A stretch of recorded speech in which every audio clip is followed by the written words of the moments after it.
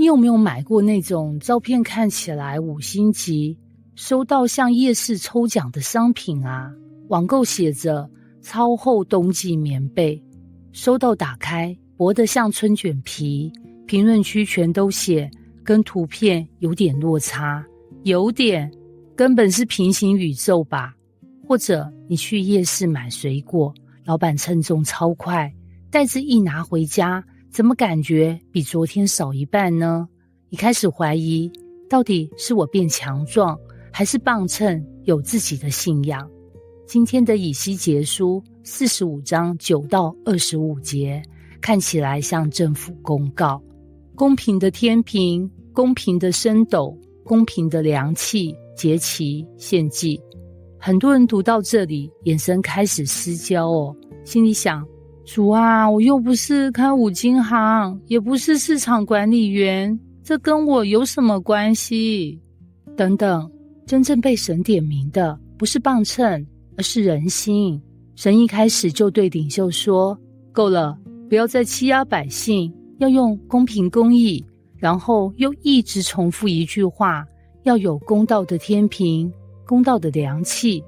奇怪，神怎麼連稱重都要管啊？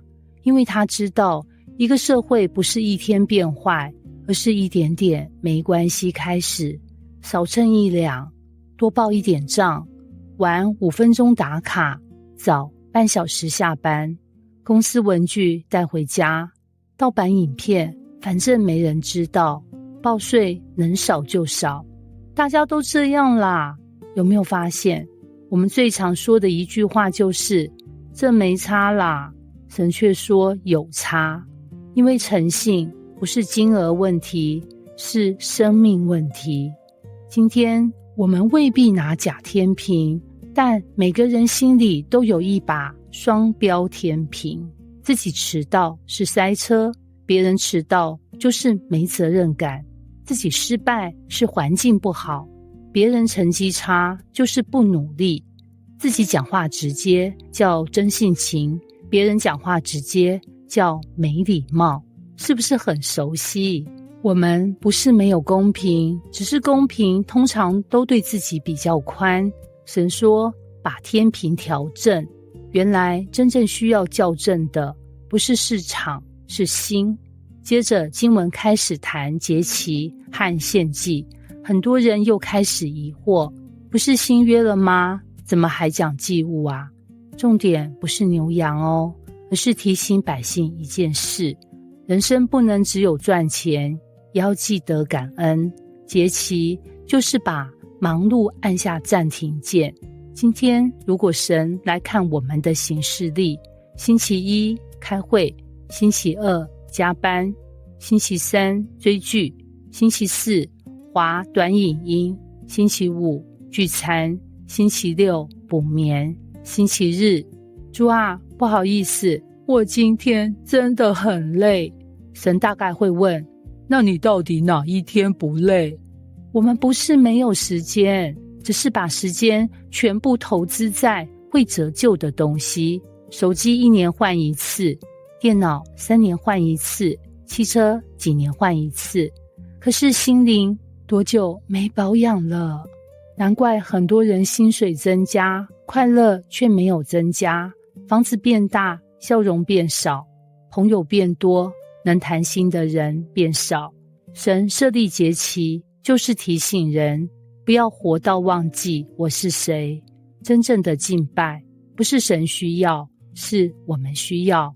因為敬拜就像人生的重新開機，手機如果1年不關機，你都知道會當掉，那一直運轉的心怎麼可能不卡住呢？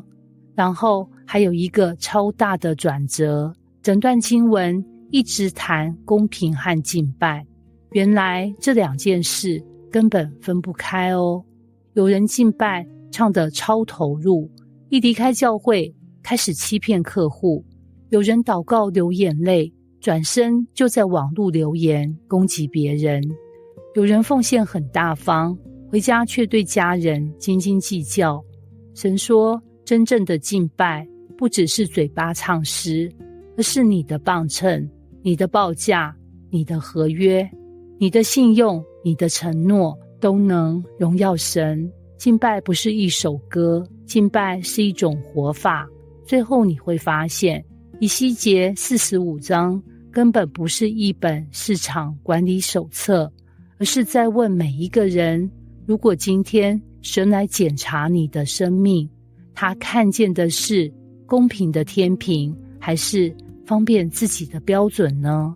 真正蒙福的人，不是最會算的人，而是最值得信任的人。真正成功的人，不是賺最多，而是走到哪裡都讓人放心。所以別再問神為什麼連磅秤都要管，因為他知道一個人的偉大不是決定於舞台上的掌聲，而是沒有人看見時仍然選擇誠實堅拒。真正的信仰不只是敬拜時高舉雙手，更是在利益面前仍然守住誠信。神量的不只是你的奉獻，更是你生命的天平是否公正。